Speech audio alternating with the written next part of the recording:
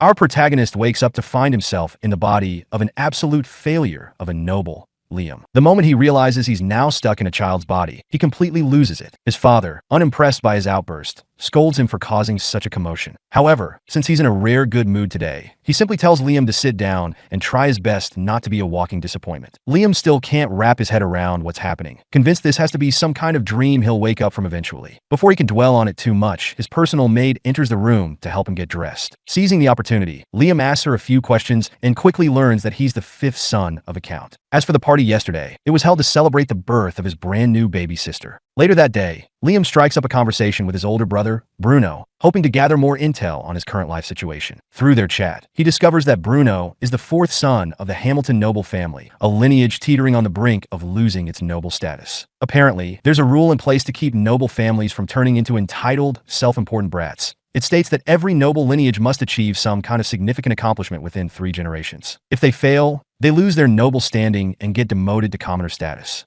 Unfortunately for the Hamilton family, they're now on their 3rd generation without a single noteworthy achievement to their name. This is why their father and the eldest son, Albrecht, are desperate to contribute something meaningful to society before it's too late. Bruno, on the other hand, couldn't care less about the whole thing. He's just a laid-back guy who's fully prepared to roll with whatever happens. Liam is taken aback by how chill Bruno is about potentially losing his noble status, but to be fair, he can't bring himself to care all that much either. He literally just arrived in this world yesterday, so it's not like he has any grand plans for his future yet. Right as he's pondering what to do, their lesson teacher shows up and announces that magic lectures will be starting soon. The moment Liam hears the word magic, he practically launches himself out of his chair, excitedly asking if he really gets to learn how to use it. Bruno, caught off guard by Liam's sudden enthusiasm, casually mentions that there are a bunch of grimoires stored in the family library, so if Liam wants to check them out, he's free to do so. That said, Bruno warns him not to get too excited. Most people don't have a natural talent for magic. Even so, the magic instructor encourages Liam to study it anyway, explaining that even if he can't cast spells, having a solid understanding of magic is still valuable. Taking that advice to heart, Liam tracks down his maid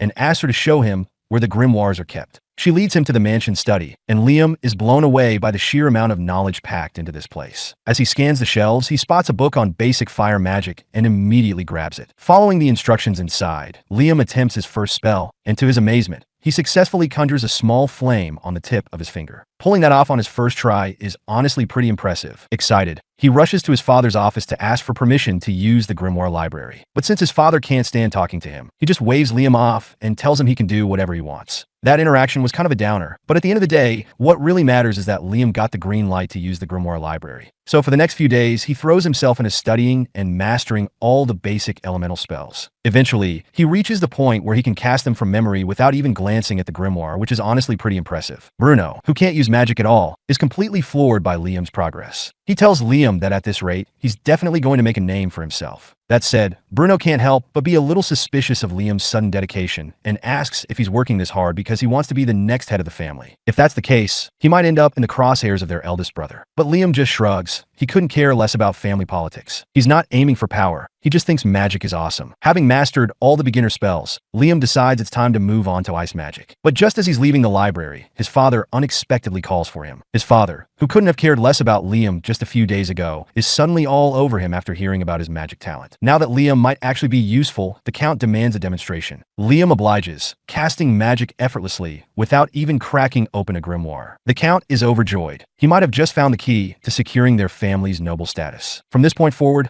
Liam has free access to any resources he needs for his magic studies. Just then, a report comes in about a certain man trespassing on Hamilton land. The Count immediately orders the soldiers to mobilize and capture him. From how urgent it sounds, this guy must be a major threat, but that has nothing to do with Liam, so he heads out into the forest to practice his magic. While wandering through the woods, he stumbles upon a man sitting under a tree. The guy tenses up the moment he sees Liam and immediately asks if he's a Hamilton sent to capture him. Liam confirms that he is from the Hamilton family, but adds that he has zero interest in capturing anyone. He doesn't even know who this guy is. The man visibly relaxes, relieved that Liam isn't out for his head. However, when he spots the grimoire in Liam's hands, his curiosity peaks. He asks if Liam is studying magic, and Liam confirms it, explaining that constant practice is the best way to improve. Just as Liam is about to leave, the man stops him and asks if he wants to learn a more efficient way to use magic. That immediately grabs Liam's attention, so he presses for details. The man then demonstrates a technique that allows him to wield 5 different types of magic at once. Liam is blown away. The man offers Liam a quick magic lesson, and Liam eagerly accepts. For Liam's first lesson, the man gives him a simple task: draw 2 diagrams on the ground at the same time. Liam follows the instructions and does surprisingly well, so the next step shouldn't be too difficult for him. Now, the man challenges him to use 2 different spells at once. Liam decides to go with a flame cutter in his right hand and a fireball in his left. He focuses, visualizes the spells, and manages to cast them simultaneously on his first attempt. The man is absolutely stunned. It's incredibly rare for someone to pull off this technique, let alone on their first try. Encouraged, he pushes Liam further, telling him to attempt 3 spells at once. Liam gives it a shot, and at first, everything seems to be going well. But just as he's about to pull it off, his magic suddenly fizzles out. Disappointed, Liam assumes he messed up. However, the man reassures him that he actually executed the technique correctly. The only reason the spells failed is that his body doesn't yet have enough magic power to sustain them. Multicasting burns through an insane amount of energy, so Liam just needs to work on controlling his magic better before he can maintain it properly. For now, the man shifts gears and decides to teach Liam a bit about the theory behind the technique. He asks Liam to sit down while he draws something in the dirt. What he sketches out are prime numbers, and he explains that the entire multi-spell casting method is based on them. The man admits that he has no idea why magic works this way, but the rule is simple. You can cast 1, 2, or even 3 spells at the same time, but the moment you try to cast 4, it just won't work. Right now, his personal limit is 13 simultaneous spells, which is absolutely insane. However, in theory, he has enough magic power to handle up to 16. The problem? Because of the prime number rule, he can't push past 13 until his magic capacity is high enough to support 17 spells. Liam, being only 12 years old, has a long way to go, but the man is confident that with a proper training routine, Liam's magic power will skyrocket. To help him with that, he gives Liam a special ring. This ring functions like a massive grimoire, storing all sorts of spells that Liam can access at any time. Excited, Liam slips the ring on, and instantly, over 300 spells flood into his mind. He's overwhelmed but thrilled. He can't wait to try them out. Without hesitation, he turns towards the woods and activates Wind Shot, unleashing a powerful gust of wind. The spell works flawlessly,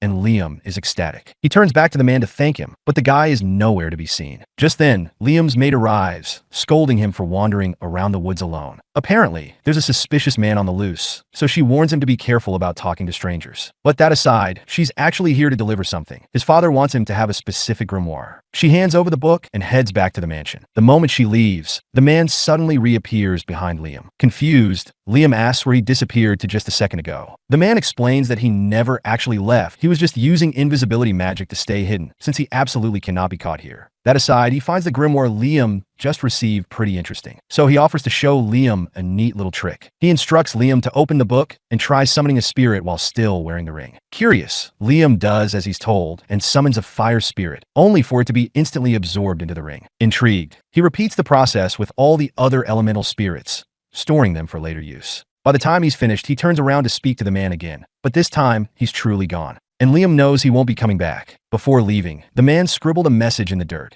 Keep training your magic, and you'll surely become a great mage. Oh, and by the way, don't snitch. I was never here. Liam doesn't know much about this mysterious teacher, but there's no denying that he learned more in a single afternoon than he ever could have on his own. From this day forward, he will always respect him as his master. A month passes, and Liam remains dedicated to his training. His magical abilities have grown significantly, and his control is sharper than ever. One day, Bruno comes across Liam and is stunned to see that he has managed to produce white charcoal on his own.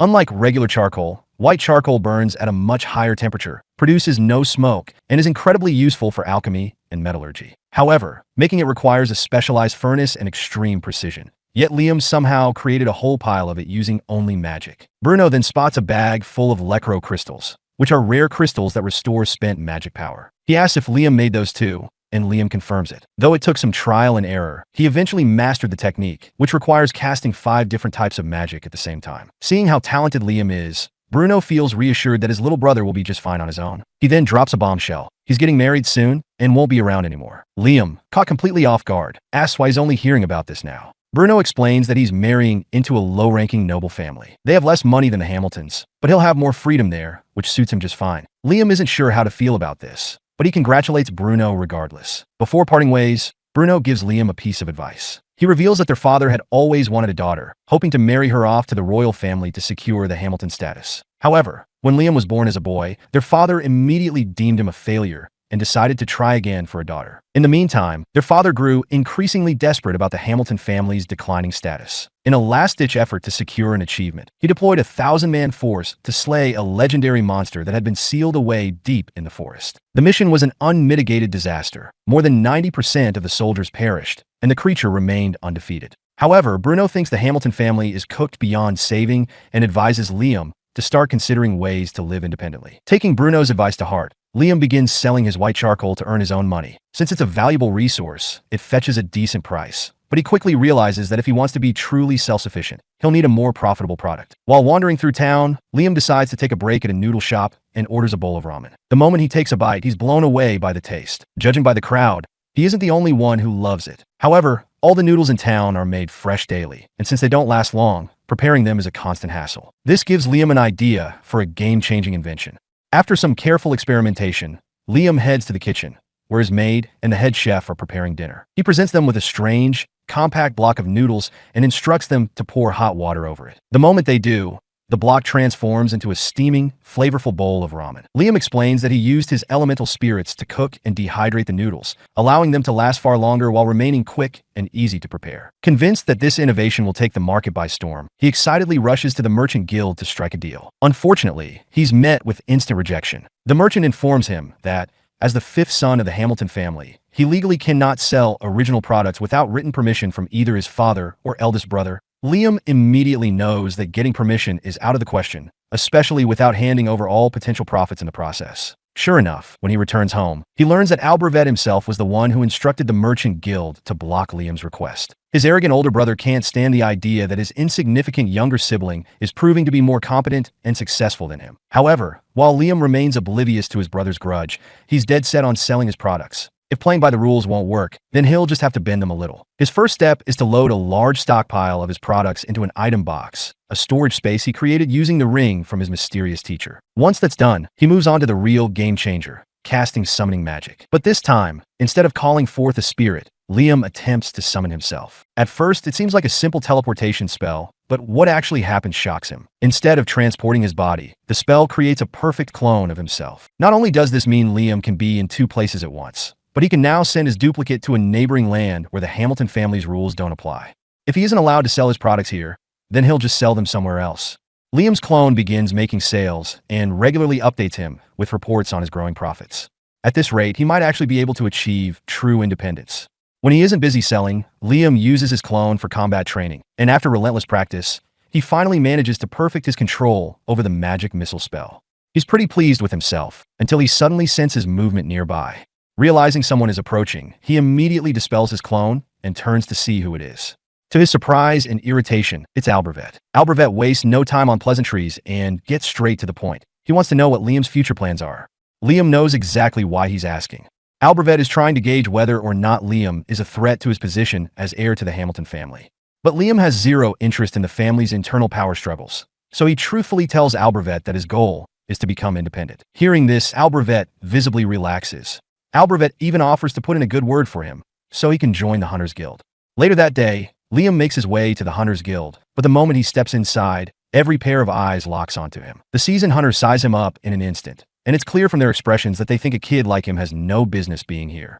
Liam steps up to the front desk to meet the guild master, who has already heard about him from Albrevet. However, despite the recommendation, the guild master still needs to test Liam's abilities firsthand. He instructs Liam to fire off an offensive spell at him, using any incantation he prefers. But there's just one problem. Liam has never even heard of an incantation before, leaving him utterly confused about what the guild master is talking about. The guild master had expected Liam to be at least somewhat stronger than the average adventurer, given Albrevet's endorsement, but he was nowhere near prepared for what came next. When Liam finally casts his spell, the sheer force of it nearly sends the guild master to an early grave. Thankfully, Liam had enough common sense not to aim directly at him. So after taking a moment to calm his rattled nerves, the guild master immediately grants Liam a B rank. Now officially recognized as an adventurer, Liam sets out to take on his first quest. But just before he can leave, he is approached by a girl who introduces herself as Asuna Aquesh. She was blown away by his display of power earlier, so she asks if he'd be interested in teaming up with her. Liam had originally planned to work alone, but he doesn't mind having a partner, so he agrees. Asuna is ecstatic at his answer, immediately grabbing his hand and dragging him off so they can get started. Liam, however, is baffled. Even been assigned a mission yet. Asuna quickly explains that only A rank and higher adventurers receive official missions from the guild. Everyone else has to go out and hunt dangerous monsters on their own for a reward. As fate would have it, they soon encounter a wolf monster. Unfortunately, that lone wolf turns out to be part of an entire pack. Asuna hesitates, unsure if they can handle this many enemies, but Liam remains confident. He tells Asuna to focus on finishing off the wolves once he's immobilized them, summoning a few earth spirits. He uses them as bait to lure the wolves in. The moment they sink their teeth into the spirits, Liam commands the gnomes to expand, locking the wolves' jaws in place and rendering them helpless. With their movement completely restricted, Asuna is free to cut them down with ease. By the end of the battle, they have taken down a staggering 42 wolves. When they present the carcasses to the guildmaster, he is thoroughly impressed with their efficiency. So much so, in fact, that he offers them a special assignment. An important figure is set to visit the town in a few days, and the guildmaster needs them to eliminate an armored caterpillar that has been blocking the main road. If this VIP were to get injured while traveling here, it would be a complete disaster. Understanding the importance of the task, Liam takes the job seriously. Tracking the caterpillar down proves to be easy enough. However, actually killing it is another matter entirely. No matter how many strikes Asuna lands or how much magic Liam hurls at it, nothing seems to get through its impenetrable shell. Every attack simply bounces off, and at this rate, they may never be able to bring this creature down. As they take a break from the exhausting battle, Asuna jokingly remarks that the only thing capable of piercing through that caterpillar's armor would be a meteor. Of course, there's no way they could summon a meteor right where they need it, or so she thinks. Her offhand comment sparks an idea in Liam's mind, an absolutely brilliant one. Without missing a beat, he tells Asuna to keep the caterpillar distracted while he prepares something. She has no clue what he's up to, but she trusts him enough to follow along. Asuna skillfully keeps the caterpillar's attention on her, giving Liam the perfect opportunity to put his plan into action. Once everything is set, he opens his item box and drops a massive boulder directly onto the creature, crushing it in a single blow. The plan was so effective that Liam even managed to take out a second caterpillar. After finishing off the first one, he had used a search spell just in case there were more lurking nearby. Sure enough, there was another one, so he swiftly eliminated that one too. When they report back to the guildmaster, he is beyond impressed with their performance. In fact, he is so pleased that he decides to give them 5 times the original reward. A few days later, when the important visitor is scheduled to arrive, Liam, Asuna, and many townspeople gather outside to welcome them. Liam's father and Albervet are also present to formally receive their guest, but for some reason, the man takes a particular interest in Liam. Things escalate quickly, and before he knows it, Liam finds himself being summoned for a private meeting. Completely in the dark about the reason, he heads inside to speak with the man, who introduces himself as James Stanley. Without wasting any time, Stanley gets straight to the point. He demands to know how Liam got his hands on Raymond's ring. His immediate assumption is that Liam must have stolen it. Outraged, Liam jumps up and adamantly denies the accusation, proclaiming that he would never betray his master like that. He then recounts the entire story of his encounter with Raymond in the forest, explaining how he received the ring directly from him. After hearing the full account, Stanley suddenly bursts into laughter. Apparently, this kind of reckless behavior is exactly the sort of thing Raymond would do. Realizing his mistake, Stanley apologizes for accusing Liam and acknowledges that he wasn't aware Raymond had taken on a student. But now that the situation has been cleared up, he's curious. Just how strong is this supposed disciple of Raymond? To find out, he decides to put Liam to the test. He gestures to his assistant, Simone, and instructs him to stand over in the corner. Then, he turns to Liam and tells him to unleash his strongest spell on Simone. Without hesitation, Liam agrees to the challenge and readies himself for the attack. This time, however, he wants to push his magic even further. Having recently learned that incantations can amplify a spell's power, he decides to put that knowledge to use. For maximum effect, the words used in the incantation need to have personal significance to the caster. And so, in the most absurd yet oddly fitting display of magical prowess, Liam begins passionately reciting the names of his favorite idols. The results speak for themselves. His usual limit of 7 magic missiles skyrockets to 11, and poor Simone is immediately overwhelmed. Taking note of Liam's exceptional strength, Stanley is thoroughly impressed. As a reward, he grants Liam the title of knight. This new status means that Liam is now officially independent. Since he's no longer a contender for succession, Albervet will most likely stop keeping an eye on him. For the first time in a while, Liam is free to forge his own path. She wouldn't be considered a proper adventurer anymore, and that's the last thing Asuna wants. Instead, she demands that the guild master acknowledge her contributions properly, but he just awkwardly laughs it off, clearly still thinking that Liam carried the whole fight. Meanwhile, back at the meeting with James, the conversation takes a turn when James casually asks if Liam has fallen victim to any of Raymond's infamous pranks lately. Thinking back, Liam does remember something particularly ridiculous. When he was training to master his item box, he had drained an entire lake in the forest, only to discover a letter from Raymond waiting for him at the bottom. The letter, addressed specifically to him, stated that Raymond had originally intended to gift Liam 100 kilograms of gold upon his graduation. Unfortunately, that plan fell apart when all the gold sank to the bottom of the lake. Instead of retrieving it like a normal person, Raymond had apparently decided to grind it all into gold dust and mix it into the river instead. Liam couldn't believe his master's utter lack of common sense. Who in their right mind would throw away that much gold like that? But James, knowing Raymond far too well, had a different perspective. If Raymond did something this absurd, then there was probably a deeper reason behind it. Encouraging Liam to investigate further, James suggested he go back to the lake and take another look. Taking that advice to heart, Liam returns to the site and drains the lake once more. However, this time he uses his item box more strategically, separating the gold dust from the water. The moment he does, a hidden door suddenly reveals itself. Inside, Liam finds another note from Raymond, explaining that the whole gold dust in the river stunt was actually a test. As a reward for figuring out the trick, Liam is granted his true graduation gift, a maximum level grimoire. Apparently, even Raymond himself was never able to master it, but he believed Liam might have a chance. Excited, Liam flips through the grimoire and stumbles upon a particularly fascinating spell, Another World. Intrigued, he spends the next several hours experimenting with it, struggling through trial and error until he finally succeeds. The spell creates a completely separate dimension, one that Liam has absolute control over. He can open a gateway to it from anywhere, and the best part? No one can enter unless he allows it. Thrilled by the possibilities, Liam wastes no time putting his new spell to use. The next time he and Asuna go hunting, they find themselves up against a massive frog. Liam starts off by attacking with fire spirits, but it turns out that's not nearly enough to take the beast down. In retaliation, the frog begins charging up its ultimate attack, preparing to unleash a devastating electric blast. Realizing the danger, Liam acts fast. Just before the attack lands, he pulls Asuna into his pocket dimension, keeping both of them completely safe from the electrocution. Once the frog exhausts all its energy, the two emerge and swiftly finish it off. Later, when they return to the guild with the frog's magic stone, the guild master is absolutely floored. That quest was ranked A, meaning he expected them to struggle at least a little. But from the looks of it, Liam barely broke a sweat. However, Asuna isn't thrilled. The guild master keeps praising Liam alone, acting as if she wasn't even part of the fight. Frustrated, she calls him out on it, demanding proper recognition. The guild master sheepishly apologizes, but it's clear he still sees Liam as the sole powerhouse of the duo. Seeing Asuna's frustration, he decides to make a very questionable suggestion. Liam should just make Asuna his slave. Asuna would have no choice but to obey any commands Liam gave her. However, the guild master points out an interesting detail. Since she would be bound to Liam as his familiar, her power would automatically increase alongside his. The moment Asuna hears that, she's all in on becoming Liam's slave. Sure, she technically wouldn't be able to say no if Liam ever decided to make any weird requests, but she trusts that he wouldn't do anything like that. And even if he did, well, she wouldn't exactly be against it. Once the contract is formed, Asuna immediately vanishes. Panic spreads through the room, but before anyone can react, she reappears right behind Liam, casually explaining that she just moved really fast. Turns out, the moment their contract was established, she heard a voice in her head announcing that she had acquired a unique skill, Speedster. Liam finds this whole thing fascinating. In fact, he's so intrigued that he wants to try the process again. But there's a catch: familiar contracts enforce obedience, which means it won't be easy to find someone willing to sacrifice their freedom just to unlock a random skill. Fortunately, Asuna knows the perfect candidate. She leads Liam to her friend, Jody, and after explaining the situation,